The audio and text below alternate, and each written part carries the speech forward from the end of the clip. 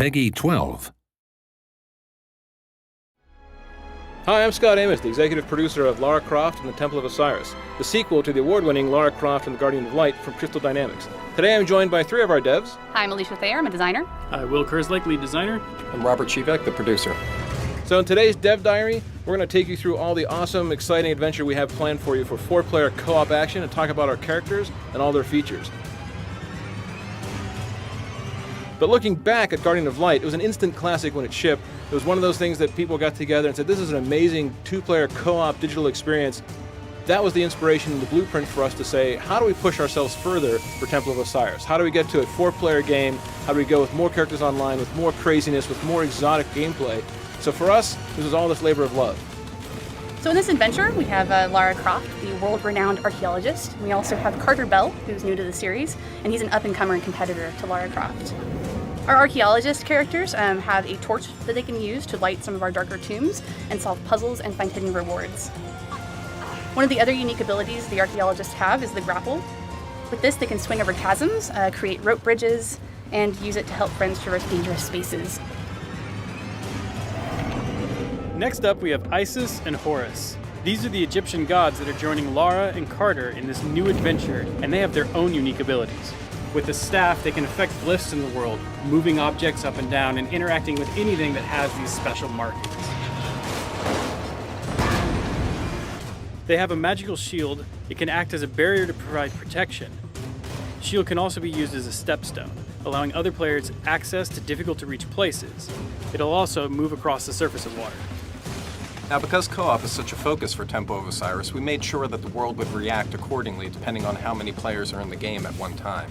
For example, when you add in your friends, the puzzle might actually change dynamically. There could be more mirrors, more obstacles, more enemies to deal with. And naturally, something we've seen is the more players you have at one time, the more chaotic the game can become.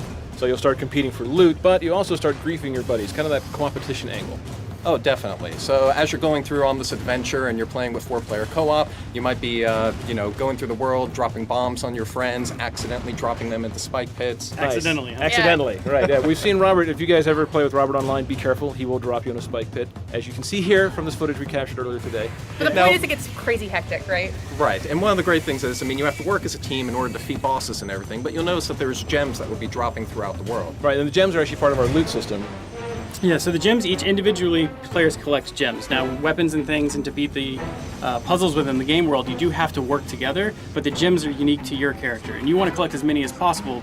And the cool thing is, when you get to the end of a tomb, there's all these treasure chests that you could open, and you could use them to unlock powerful new rings and amulets, weapons, and costumes for your player. And the chests are different costs based off of the type of loot that you can get from them, so the more gems you have, the cooler loot you get.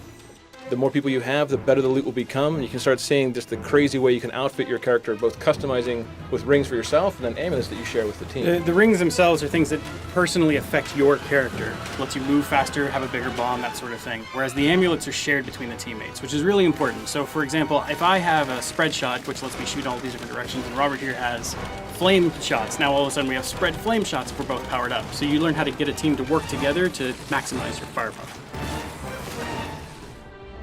All right, so that gives you a very quick look over everything that we're doing for Lara Croft and Temple of Osiris. 4-player couch online, mix and match, drop in, drop out, and drop your friends into spike pits.